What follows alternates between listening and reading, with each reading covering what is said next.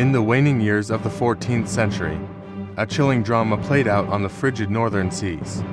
Pirates, emboldened and ruthless, descended upon merchant fleets, disrupting the vital trade that sustained kingdoms and their rulers. Their audacious plundering provoked a powerful response. The revered knights of the Teutonic Order took up arms to quell the chaos. What followed was a clash unlike any other. This is the story of the Knights versus Pirates War of 1398. Before we dive deeper, don't forget to hit that subscribe button and join us on MysteryX for more tales of history, intrigue, and the unexplained. The 14th century was a tumultuous time in Europe. The Black Death had swept through the continent, decimating populations and leaving only half of its inhabitants alive. As the plague lingered and resurged in pockets, survivors were left to rebuild their shattered world. Life continued. Merchants braved the seas, peasants tilled the land, and knights settled disputes between monarchs. Amid this fragile recovery, Queen Margaret of Denmark emerged as a formidable leader. She contested the throne of Albert, the King of Sweden, who belonged to the German House of Mecklenburg. Her forces triumphed over Albert in 1389, capturing him and imprisoning him in a fortress surrounded by moats on Sweden's southern tip. Yet, one city remained steadfast in its loyalty to the captured king: Stockholm. The House of Mecklenburg, weakened and lacking resources, turned to desperate measures. They enlisted the aid of mercenaries and men of ill repute, who smuggled supplies through Margaret's blockade and raided Danish shipping lanes. These marauders united under a common cause. Sanctioned by Mecklenburg's need to resist Queen Margaret's dominance, they became known as the Little Brothers Pirates, who lived by plunder, granted safe harbor, and markets to sell their stolen goods by sympathetic allies. As Margaret negotiated for King Albert's conditional release, the lines between noble pursuit and outright piracy blurred. The Little Brothers thrived in the shadowy waters of the Baltic, but their actions drew the ire of those they targeted. It was only a matter of time before a powerful force rose to challenge them. The Knights of the Teutonic Order, renowned for their discipline and dedication, vowed to cleanse the seas of this menace. Their campaign against the pirates would become a legendary chapter in the turbulent saga of medieval Europe. Want to hear what happened next in this epic confrontation? Don't miss our next video.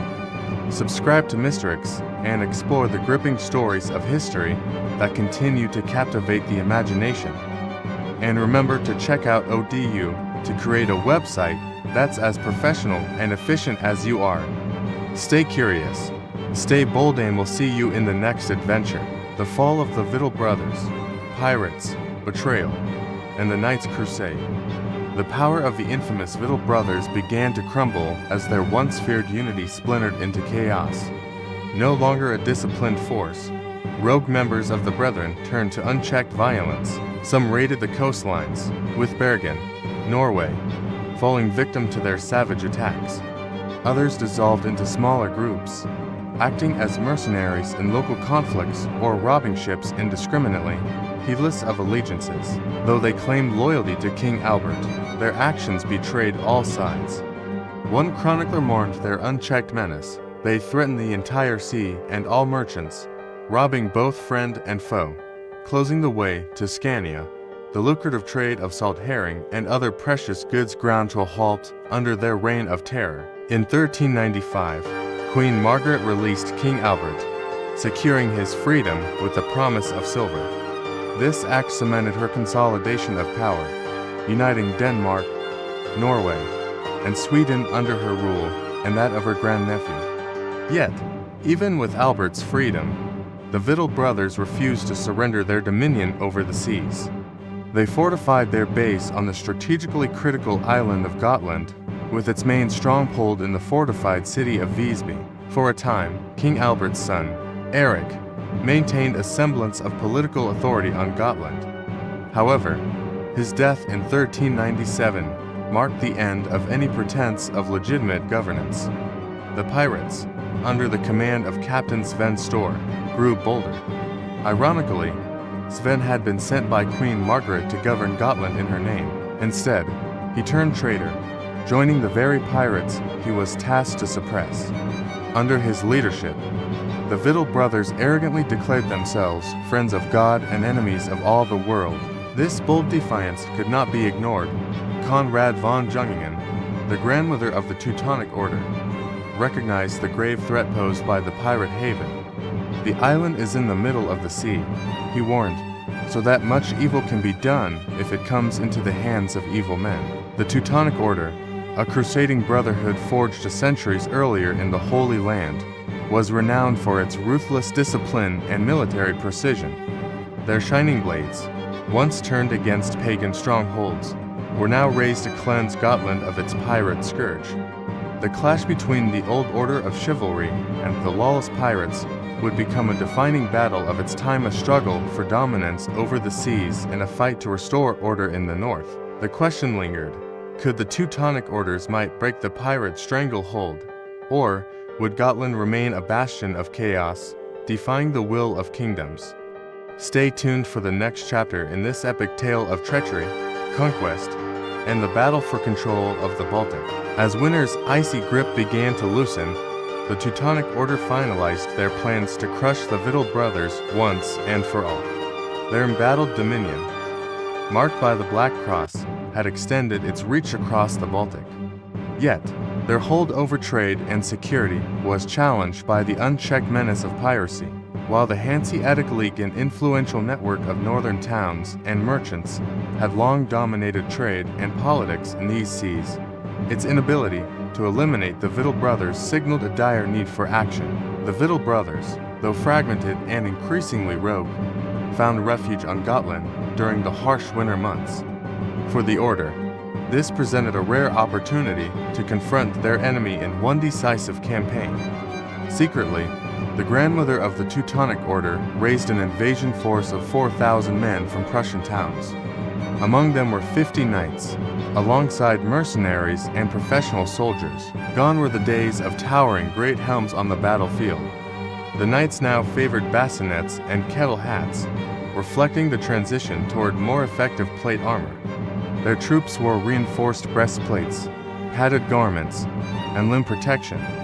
The Order also embraced cutting-edge military technology, equipping their army with bombard cannons and early firearms tools that promised to strike fear into the pirate garrison. Secrecy was paramount.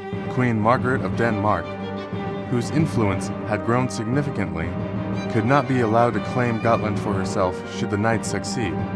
The grandmother ensured no word of the operation would reach her court. On March 17, 1398, as the Baltic waters calmed, the fleet of 84 ships set sail for Gotland. The sight of their sails must have been imposing, an armada gliding through the icy seas with one goal: the destruction of the pirate haven. The Vittel brothers, ever watchful, learned of the impending attack.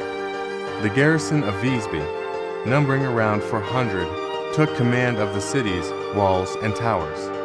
Elsewhere, another 400 pirates manned 3 castles scattered across the island. Though outnumbered and lacking the organization of a formal army, the pirates were no strangers to violence. Their desperation and intimate knowledge of the terrain made them a formidable adversary. As the knights' fleet loomed on the horizon, Visby braced for what would be a ferocious clash between order and chaos.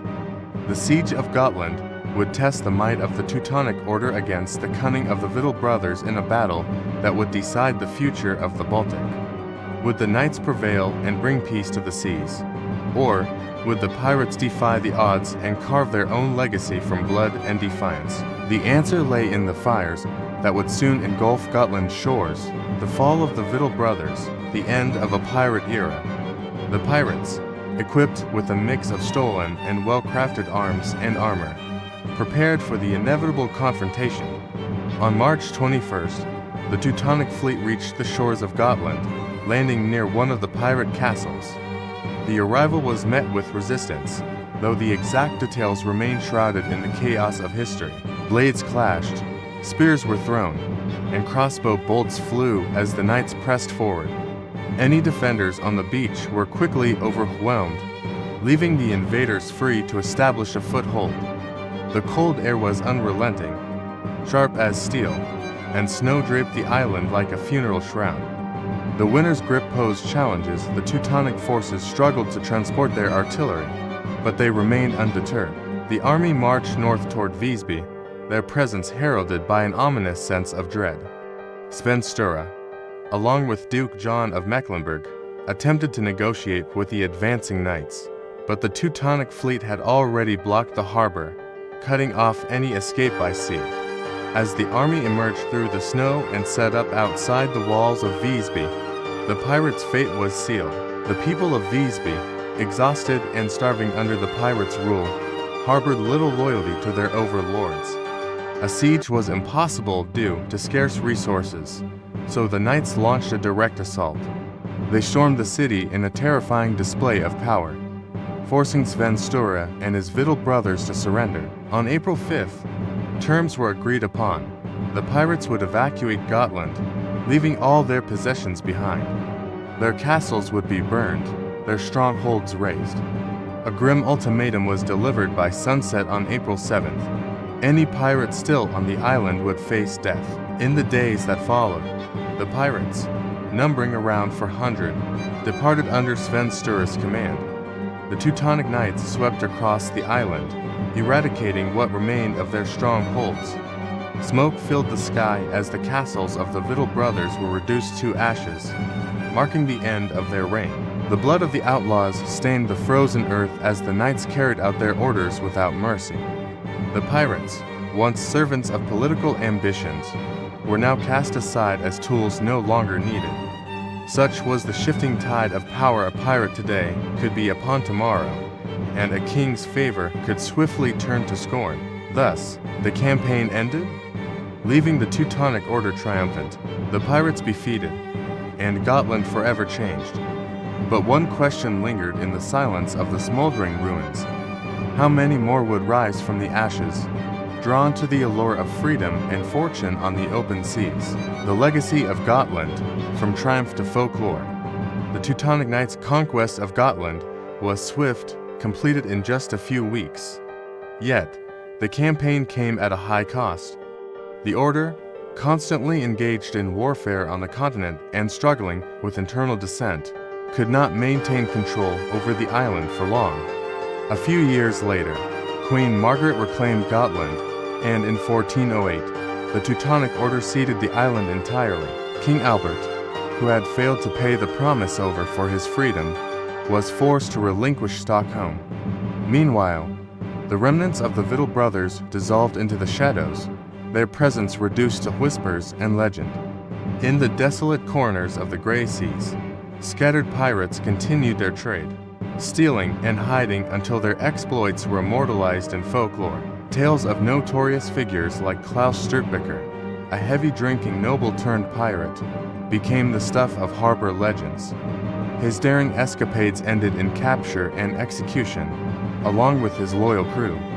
Order and peace were always the enemies of pirates, and while the seas quieted for a time, new opportunities for piracy would soon arise as vigilance waned and new trade routes beckoned. Thanks for watching, and don't forget to subscribe to MysteryX for more gripping stories from history. Stay curious, stay inspired, and we'll see you in the next adventure.